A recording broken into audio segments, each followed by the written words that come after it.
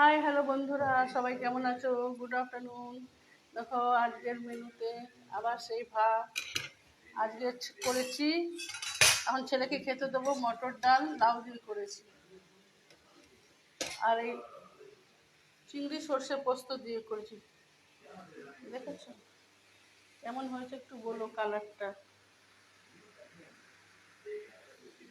চিংড়ি সর্ষে পোস্ত। এখনো তরকারি একটা বাকি আছে, এই যে পুঁই শাক হচ্ছে এখনো।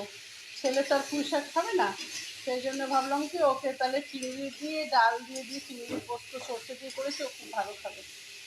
তার আবার রাতের জন্য পনির করবো, সেই জন্য ওকে খেতে ভাত দিতে এলাম। তাই ভাবলাম আপনাদের সাথে একটু কথা বলে নিই, যাক ছেলেকে খেতে দেবো। কালকে আবার নেমন্তন্ন।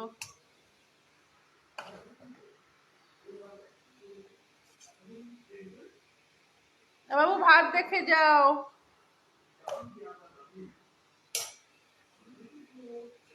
ছেলেকে ভাত দিলাম বন্ধুরা। টাটা, রাখি। Good afternoon. আপনারা সবাই ভালো থাকবেন, সুস্থ থাকবেন, এইভাবেই সবার পাশে থাকবেন। ওকে, বাই।